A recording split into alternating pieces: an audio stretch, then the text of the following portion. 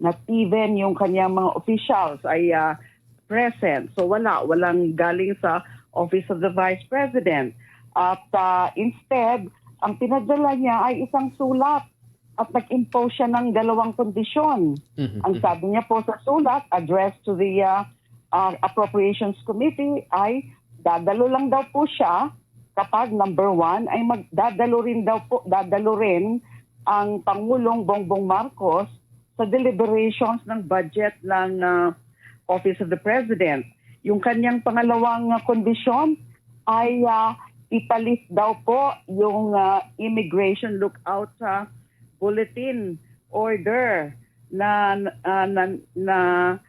pinalabas ng Bureau of Immigration, yung sa DOJ. Remember ho, nung kasagsagan ng pag-imbestiga ng House of Representatives, yung Committee on Good Government and Public Accountability, nung the misuse of the confidential funds, ay nagpalabas po ng Immigration Lookout Bulletin sa 6 na opisyal ng kanyang opisina.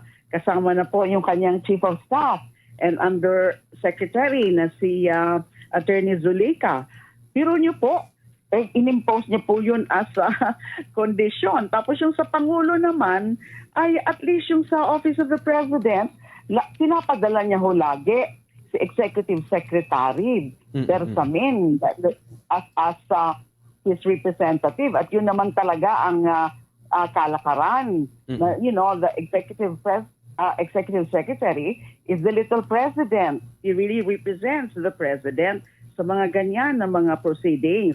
Ito sa OVP, hindi man lang nga siya nagpapadala kasi dapat nagpinadala niya yung kanyang Chief of Staff o yung kanyang Undersecretary. So imposing those conditions are actually insulting. Wala po yan sa karapatan niya. Wala po yan sa kanyang authority, even if she happens to be the Vice President. Para sa amin po, para sa akin po, at pinanigan naman po ako ng mayorya ng mga members of the House of Representatives, ito po ay disrespect, ito po ay insulto sa amin.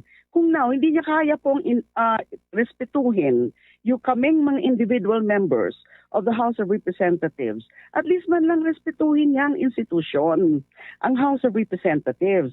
Tsaka respetuhin niya yung konstitusyon. Kasi ito pong budget process, nandyan po yan, kilala po yan, kinikilala po yan under the Constitution. Ano na mangyayari kung ganyan ho ang ating mga opisyal na hindi man lang nila ginagalang yung budget process, na that would be subjected to their whims and caprices kung magpapakita sila sa House of Representatives o sa Kongreso sa mga budget deliberations. She had the duty to defend, to appear and defend her budget. Pero actually, mabait pa nga ho yung House of Representatives at pinapyasan lang. Binalik lang ho namin sa 2025 level. We had the choice really of slashing a significant amount. O kaya, pwede pa nga zero eh. Pero naisip po namin na hindi naman magiging makatarungan kung masyado namang malaki ang itatapyas. Kasi nga ho, meron din ho mga personnel, mga staff, at mga pangangailangan ng OVP, mga MOOE rin. So, kaya ho, binalik lang ho namin sa 2025 level at ang aming tinapyas ay just about mga 150 plus million peso. So, yun po ang dahilan.